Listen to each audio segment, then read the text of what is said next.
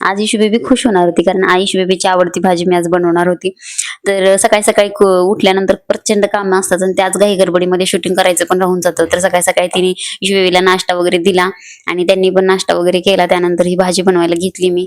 ती लवकर गेली आहे, सकाळी ट्युशनला जाते, तोपर्यंत मी स्वयंपाक बनवून घेत असते, कारण तिच्यासाठी वेगळा आणि ह्यांच्यासाठी वेगळा डबा परत परत करत बसत नाही. दोघांना पण डब्यासाठी एकदाच मी भाजी बनवत असते. तर इथे लसूण आणि हिरवी मिरची चिरूनच टाकते, कारण काय होतं ना, छोटी मुलं आहेत, जर आपल्याला तिखट लागलं ना तर थोडंसं आपण काढून ठेवलं साईडला तरी चालतं. आणि थोडीशी मुगाची डाळ त्यामध्ये ऍड केलेली आहे. इतकं भारी लागते ना, प्रचंड भारी. मुगाची डाळीचं मला खूप आवडतं.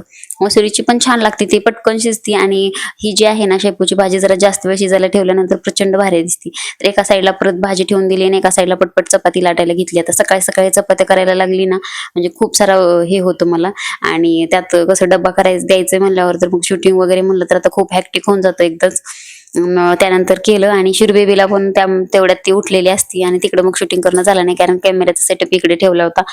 आणि आमच्या मॅडम शिरू मॅडम उठल्या की मग त्यांना सकाळी सकाळी उठल्याबरोबर दूध लागतं, मग त्यांना दूध दिलं. तर आता इथे तुम्ही बघू शकता, जेव्हा मी शॉर्ट व्हिडिओ केला होता खूप दिवसापूर्वी, तेव्हा आणलेली तुळस आता इतकी भारी झाली ना, बघूनच खूप प्रसन्न होतं आणि लय भारी वाटतं उठल्या उठल्या सकाळी सकाळी. तर तो मी व्हिडिओ नंतर टाकलाय. सकाळी एवढ्या गडबडी सुद्धा चपाती फुगली ना, लय भारी वाटतं. मग इशू बेबीला सगळं आवरून वगैरे दिलं, तिला ट्युशन मधून घेऊन आले. आणि त्यानंतर हे पावसाने इतकं जाम केलंय ना, शोधून शोधून शोधून आपल्याला भिजवतोय.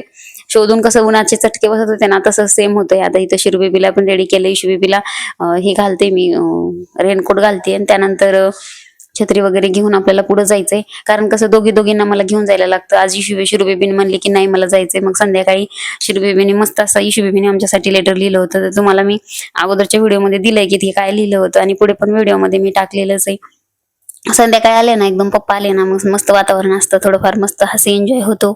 त्यानंतर सगळेजण हॅपी हॅपी. मग थोडंसं बाहेर थोडंसं चालायला गेलो होतो आम्ही, तिथून चालून आलो, कारण दिवसभरचा पाऊस होता, संध्याकाळी थोडासा उघडलेला. त्यानंतर मग थोडंसं हे केलं. आणि शिरू बेबीचं कसं होतं, मी पण वाचणार. तिचं प्रत्येक गोष्टी अशी जिद्द असती.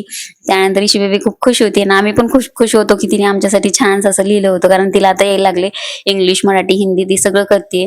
त्यामुळे एकदम भारी वाटतं. आणि पहिले तिचं लिहिणं वगैरे एकदम भारी आवडतं. तुम्ही बघू शकता हे सगळं लिहिलं होतं. चला नेक्स्ट व्लॉग मध्ये भेटू. बाय.